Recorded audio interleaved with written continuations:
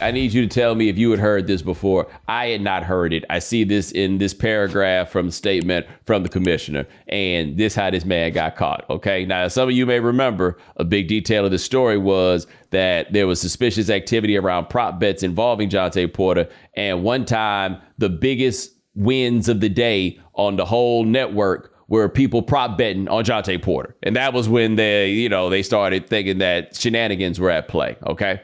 The league's investigation found that prior to the Raptors' March 20th game, Porter disclosed confidential information about his own health status to an individual he knew to be an NBA bettor. Another individual with whom Porter associated and knew to be an NBA bettor subsequently placed an $80,000 parlay position bet with an online sports book to win $1.1 million, wagering that Porter would underperform in the March 20th game. Come on, man.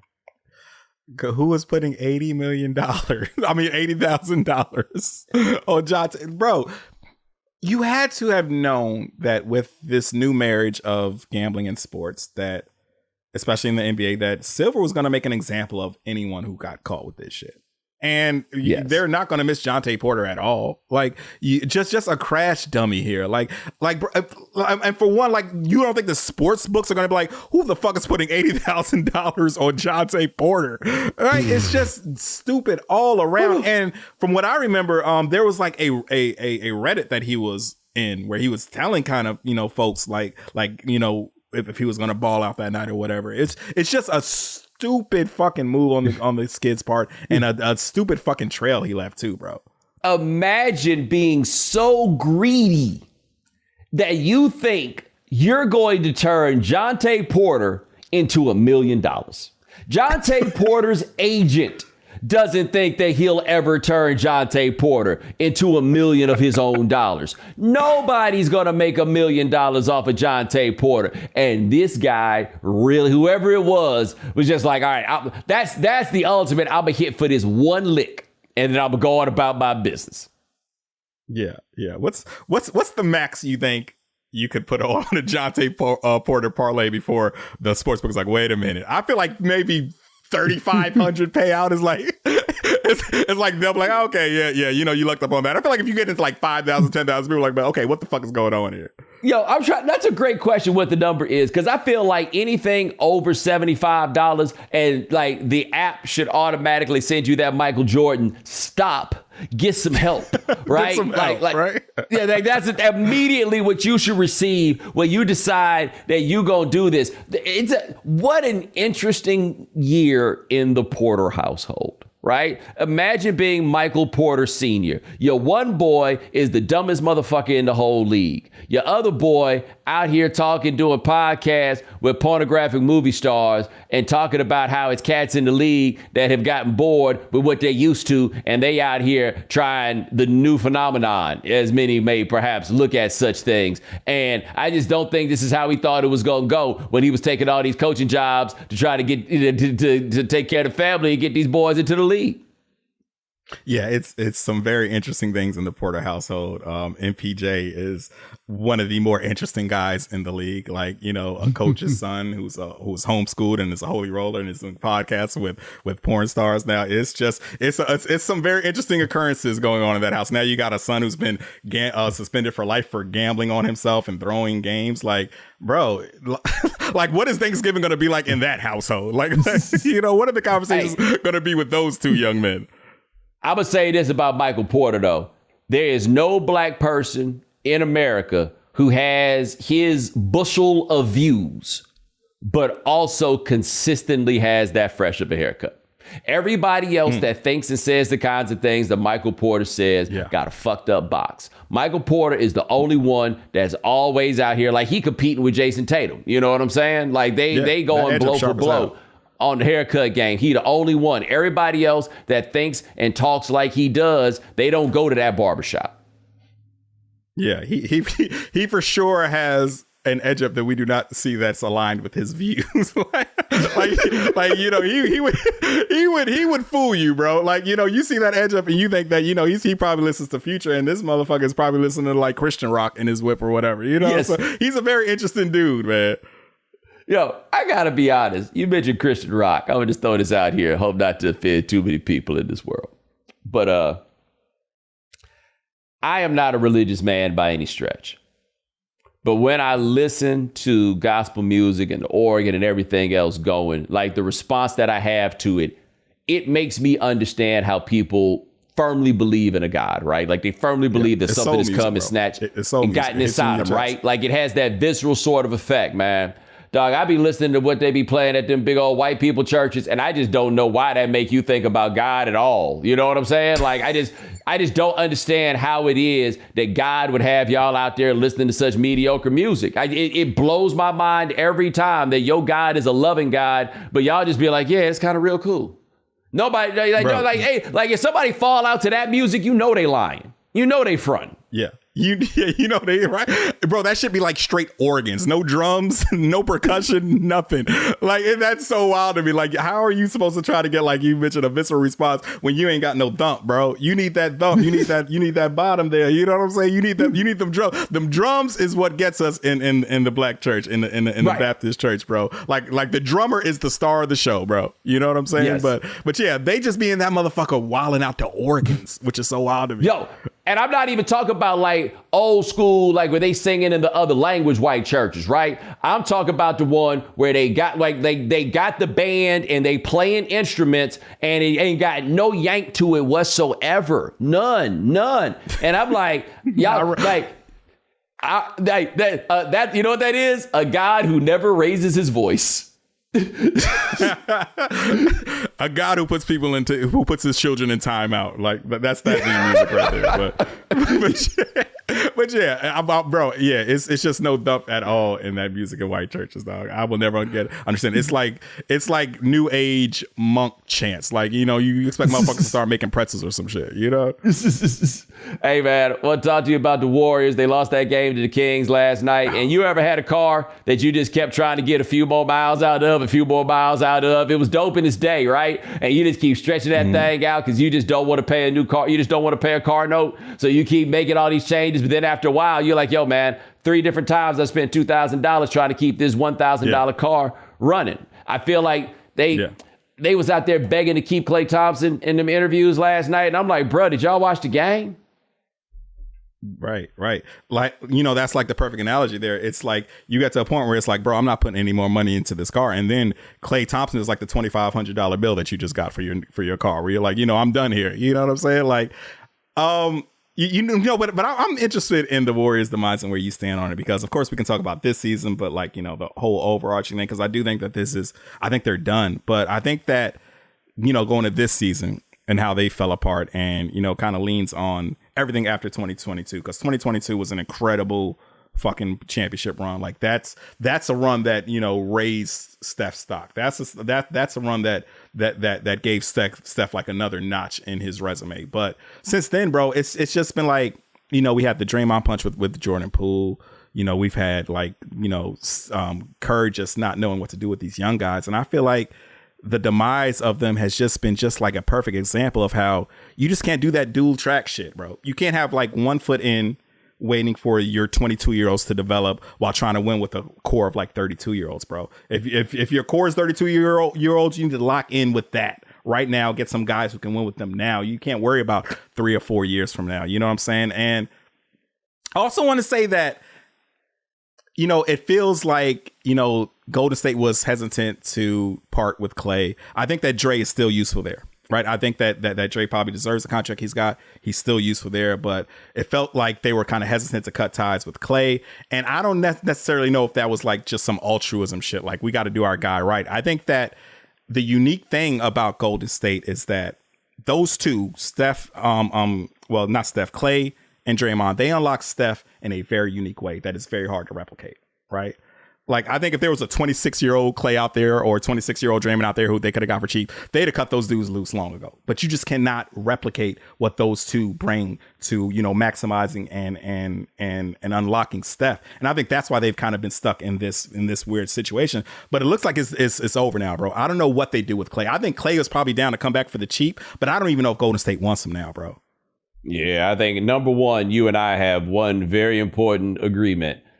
That 2-track thing was always a bad idea. I've never thought that you could play for now and play for the future. I'm amazed that they won it in 2022. Like, I do feel like that 2022 championship was one somebody had to win, but that also meant that anybody could win it, and they were the ones who did. So I'm not saying it to discount it, but that was not a great basketball team, I guess is what my point is. Andrew Wiggins was the second best player on a championship team. Who the fuck saw that coming? Like, you know, he, by the way, was not really much better than he was in the other place, right? He just dropped it into a better situation. When you expected him to be the number 2 or treated him like the number 1 pick, it was different than when you just expected him to be your 4th best player, which is what they, basically got out of him. But they won it, and I think it was game 4 against Boston, where I looked at Steph after one of them buckets and he did a Hulk flex. And I was like, oh, buddy, this is over. They're not going to lose another game.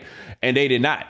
Yeah, they held on to Clay because it ain't show friends, man. Like, I think that for Steph, it's very important to keep those guys around, and he wants that level of comfort. But in the end, LeBron James would have had Klay Thompson out of there a couple years ago. I don't know if Clay would have stuck or would have been around for the championship. Honestly, Bron would have made decisions would have been made. He'd have shit that man out for like Cam Thompson in a couple seconds, bro. Like, there would have been no loyalty involved there. But it's gonna be out of there. Yeah. I mean, we all know that dynasties end ugly, but usually not this ugly. Usually there's like a little deep playoff run, not necessarily a play-in loss. And bro, I don't blame Bob Myers for getting the fuck out. He was like, this shit is about to end ugly. And whoever has the blood on their hands of this shit is going to be hated by one of the biggest fan bases in the league right now. Get me out of here. Let me get on ESPN. Perk, what's up, dog? Let's chop it up. Like Bob Myers hauled ass. He saw the writing on the wall for sure.